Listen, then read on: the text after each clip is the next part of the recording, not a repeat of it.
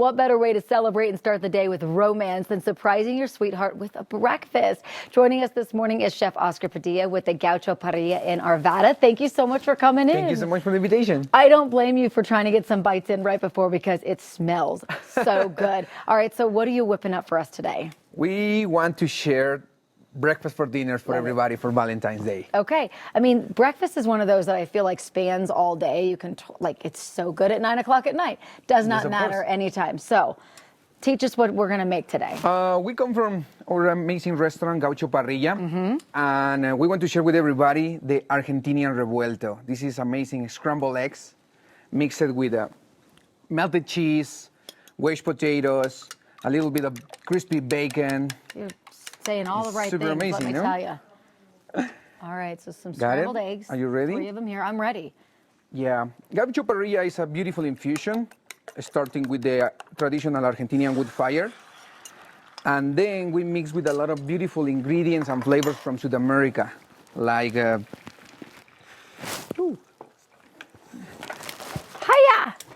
Yeah. Okay, there you go. Flavors from Peru, Costa Rica, Colombia. And my family is from Mexico. I'm using a couple spices from Mexico City. All right, mixing it up. And we have available brunch every weekend, 8 a.m. to 1 p.m. at Gaucho. Okay. We are located in Arvada, in Freedom Street Social. This amazing food hall with a lot of different type of food and ingredients. Got it. Now for our scramble, we are using some roasted onions. Okay. Oh, yes. Beautiful washed potatoes with smoked paprika. What kind of cheese is this? This is a smoked provolone. Okay. It's one of my favorite cheeses. So creamy, a lot of flavor. Yeah, I don't do that. When I do that, it goes all over the floor. Don't worry. Is this something that's pretty easy for someone who's not a big chef? Exactly. Scrambled eggs is super easy. Okay. You know, if you want to make only scramble with cheese for kids, if you want to add peppers, onions, it's a million of possibilities to do everything with scrambled eggs. Make it your own. You know, and also for breakfast for dinner, you have different possibilities. It is possible to make pancakes. Maybe you want an omelette. Eggs is amazing, you know. It's a whole meal in the morning or at night. This smells so good. All right. Awesome. What you doing now? Putting it in the skillet. We're going to this skillet. Okay. We put our cheesy scramble. Smell really good, no? So good. Yeah, this is just for me, right? Jordan's getting upset. And then our secret is our homemade chimichurri sauce. We have a combination of cilantro, parsley, garlic, olive oil. How much do I put on? Is that right? Whatever you want. Okay. And grilled bread. Want some bacon on there? Why not? Of course. Why not? And then, And help me to make it look pretty. A fancy decoration. Okay. This looks fantastic. This is such an easy way to spoil your Valentine for breakfast or for dinner. The way to my heart is through my stomach, too. So this is fantastic. Tell everyone again where they can find your restaurant. Freedom Street Social at Candelas Parkway in Arvada. Okay. Our name is Gaucho Parrilla by Chef Oscar Padilla. Well, you're an amazing chef. Thank you so much for coming in. This looks fantastic. Thank you so much. So great. Life is busy, so how do you keep your relationship spicy? Leslie Gustafson is a love expert of sorts. She is a licensed marriage and relationship therapist, has been for many years, joining us this morning with advice for couples out there. Thank you so much for coming in. Oh, I always love to come in. It's so great having you on. Okay, so I mean, what do you say to people who have been in long relationships, marriages, and it's Valentine's Day? How do you keep it spicy? You keep it spicy first off because you care less and prioritize your relationship, not just on Valentine's, but all of the time. 1,000 things get in the way of connection and partnership and being a couple, responsibilities of life. So the couple who is already in the flow of staying connected and doing spicy things and keeping dates going are going to have a lot easier than when now it's Valentine's, what do we do? Right, right. It's not like a one time a year thing. Like this is something that you have to constantly work on to make it fun and enjoyable and, Yes. and fresh. Yes, and that's the key word. I think when we're in longer term relationships, once upon a time we had tons of fun and pleasure and it was all just about us, and then we journey through life and something falls away. But if we don't let it, to remember the fun and the pleasure is why we connected in the first place. So to keep playing together, to keep having fun as a way of life.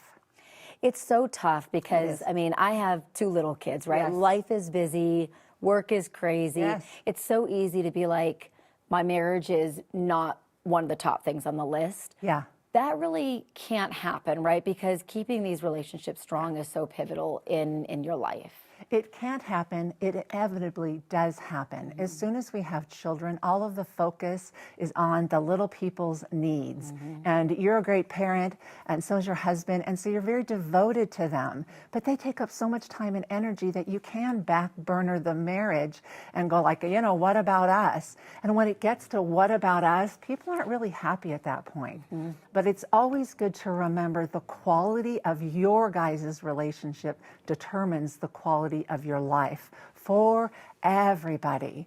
So you really are number one. And your kids, oh my gosh, what an incredible example to see a parent and their parents in love, right? Doing things, playing. And I know you create such an incredible lifestyle for your family, but you guys got to go first.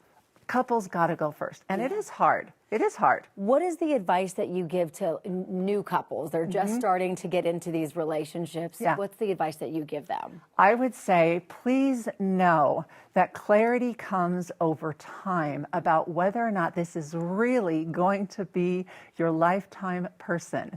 New love is very, very exciting. And we have kind of starry-eyed looks at each other. And that lasts really about 2.5 years until we finally start to go, hey, wait, there's something that kind of bugs. Yes. So to know that that high-flying, kind of a high of early love needs to kind of settle down so you can see clearly over time before you make massive decisions about longevity.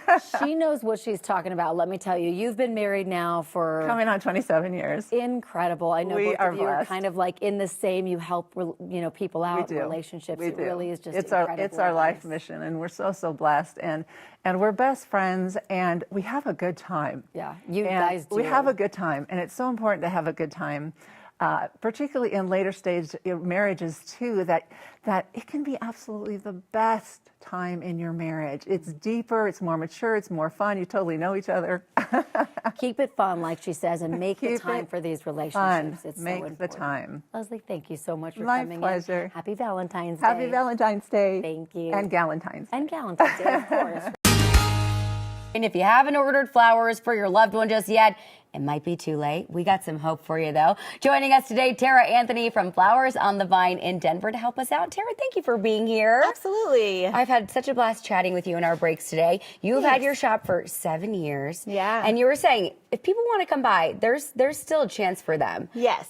But if they don't have time, you're going to kind of teach us how to make an arrangement if we do come maybe pick up some flowers. That can be Absolutely. intimidating for a lot of people. Yes, it can be. And what's nice is that we always start with a price point at a lower cost. Okay. So you can get your own bouquet Yeah. and take that home and make it yourself. Especially, so many people have their own vases. I have so many sitting That's around, it, right? yep. I want them always full Yeah. of flowers, but And it's nice because when you have so many vases, why keep adding more? Yeah. Unless you want us to do something for you, going to your work, Yeah. and you don't want to have to deal with it, then let us do that part of it. But if you want to come in and grab a bouquet, we have bouquets ready to go. And you're going to kind of give us a little bit of the rundown. So if we Yes. come in and we get this, you're going to kind of help us.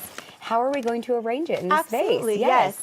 So what you're going to want to do is you're going to want to take everything off from the packaging and take And you all want your to flowers clip off. the ends. Yeah. Yep. A little refresh. What we like to do is we like to keep it so that all you have to do is cut and pop it into a vase. Perfect. So there's not you having to figure out how to arrange it all Yeah. and put it all in place.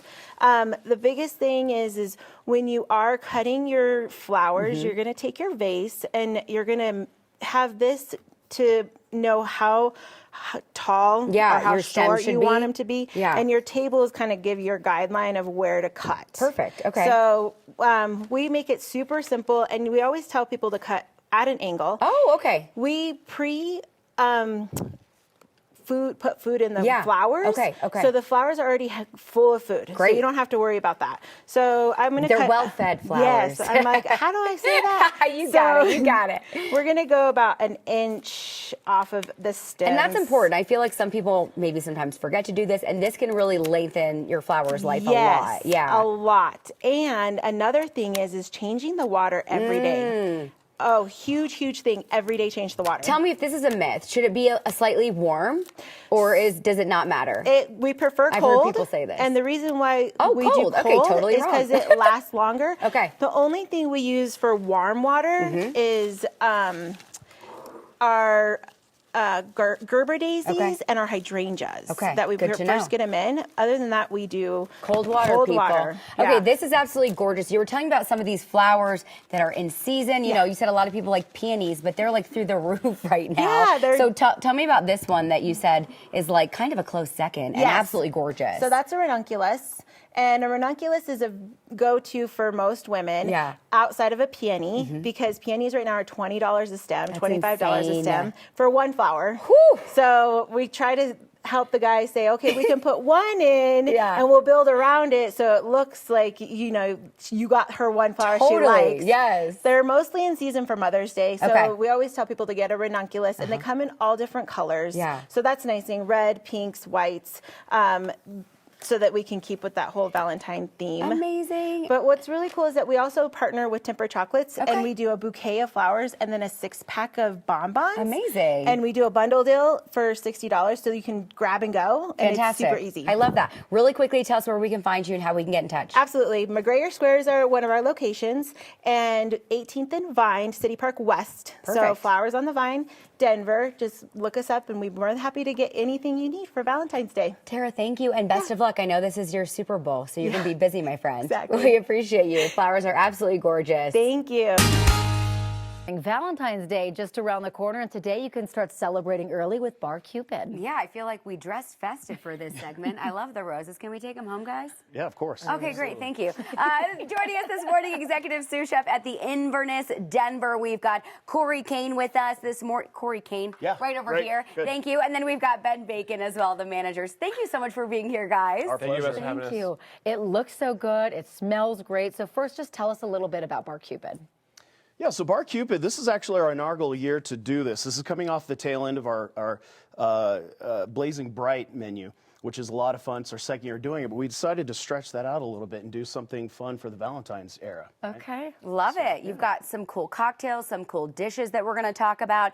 Now, if we're coming out to this, do we have to be a couple? Can we bring the gals? Can we come solo? Absolutely, absolutely. It's for absolutely anyone that wants to come in and enjoy the Valentine's festive era. Okay. So first, let's talk about the food. What did you bring today? So I brought three things. The first thing we're going to start off, as typically we start off with, this is our salad. This is a piped basil goat cheese, pickled Fresnos, pecans, and then we're going to finish this with just a little bit of this amaranth leaf. It's kind of a Beautiful. peppery beet leaf. It's delicious. Cool. right? And then we're going to move on to our entree. This is a brown sugar roasted chicken breast with a carrot puree, a smoked jus, crispy carrots, and a little bit of microgreens. I like that you're kind of using carrots a little differently. I don't feel like we often see them in that style. I like it. I completely agree. Love the sweetness that pulls together with that smokiness, right? Speaking of sweetness, Yes. move it on to that Yeah, one. absolutely, right? This is probably the best one, right? This is a hazelnut chocolate mousse cake bar, little raspberry swirl, frosted raspberries on top, and a caramel hazelnut cream quenelle, flakatini, and then a little chocolate garnish. You had me at hazelnut. Awesome. Yes. All right, Ben, you're going to make us up some tasty cocktails. We're going to have we see an espresso martini. What else you got for us today? So today I'm going to be making what we call a Be Mine blood orange spritzer. Yum. I actually prepped most of it already. Yeah. Yeah. All I really need Closer to over do there. is shake it and top it. Okay. So this is kind of like a twist on your regular spritz, but it's blood orange, Actually, right? correct. Okay. It's kind of a play off of a margarita. It's got a very similar flavor profile to a margarita. I know. Contral, Margaritas. Repo tequila, Saint Germain, a little blood orange. So you mix that all in there. Yep. Delish. If you mix in here. That would be amazing steak. There you go. Oh, yeah. Get a little hit. There we go. Perfect. That's the trick right there. That's it. Yeah. Yeah, a little tap, tap. Pour it on in. Corey loves margaritas. How'd you know? Right? Corey Kane likes them too, huh? I also love margaritas. Both Corys. I feel like that's a small pour. Where is the rest? And the blood orange You to gotta make it have look nice fancy and little festive. garnish. I love it. Gorgeous. How long do people have to come out to Bar Cupid and try this out? That's a great question. So we're not just going to be open just for Valentine's. We really want to stretch this out. So we're going to be open for an entire month. Wow, Great. that's Yeah, amazing. right, for the whole So month if you of can't February. get out, you know, Valentine's Day is midweek. Right. Come out maybe the weekend or the following week even. I love that. Romance should be all year long, but we're going Yes. to celebrate it for this entire month. Say that again for all of our gentlemen at home. Romance should be all All year year. long, I love right. that. Where are you guys located? We're located at the Inverness Hotel, 200 East Inverness Drive. Perfect. Great. Do you need reservations? Not yet. Okay. Not yet. But We're after open people tonight. saw this, Now you're Sure. gonna be you might Right, know. exactly, right. And it's not just romance. You could bring your family members. You could bring anyone that you want. Correct. It's a love thing, Right. you know? So I'm bringing this hot date for margarita. There you go. Awesome. That's all you need. Thank you guys so much for Thank coming. you. Very much. That Thank was you. fun. Thank you. Valentine's Day is tomorrow and love is in the air. It's a holiday that's more than just chocolate and roses. Did you notice her emphasis on tomorrow, Josh, her husband? Our medical expert, Dr. Paul Coley, joins us this morning to discuss how a healthy relationship can benefit your physical health as well. Good morning, Dr. Coley. Good morning, guys. And happy early Valentine's Day. Thank you. Same to you. So what chemical changes are we talking about that happen inside your body when you are in love? It's incredible. You can actually feel your heart rate go up, and that's cortisol. So when you first fall in love, you actually have higher levels of the stress hormone, but they work in a good way. And then as you sort of get more connected, you release oxytocin, which is the bonding hormone that we release also when we're nursing, and dopamine, which is the same hormone that triggers a reward center. So being in love is actually the equivalent of sort of winning the lottery, so to speak. Oh, I love that's a really good way to look at that. Now, I'm sure does it work the same way if you're in a bad relationship? Exactly. So a bad relationship can have really bad effects on your health. And that's the whole point here, which is that if you've got these positive stress hormones and a positive reward hormones, it can really help with your blood pressure, help with your longevity. But if you're in a bad relationship, it can actually chip away at those. And so Valentine's Day is a time to sort of sit down and assess a little bit to your relationships, whether it's romantic relationships or social relationships, and really focus on the nurturing ones. Yeah, absolutely. And I like that you said it's like winning the lottery because, Caleb, if you're watching, you're so lucky to have me, right? It's all luck, right? No, I'm just kidding. Now, is it actually being in love or is it the social connection of it all? You know, we actually think it's both. It's the physiologic changes that happen with it. Because if I showed you a picture of your partner, Corey, if I showed you a picture of your husband, it would actually trigger a center in your brain that changes your sensitivity to pain.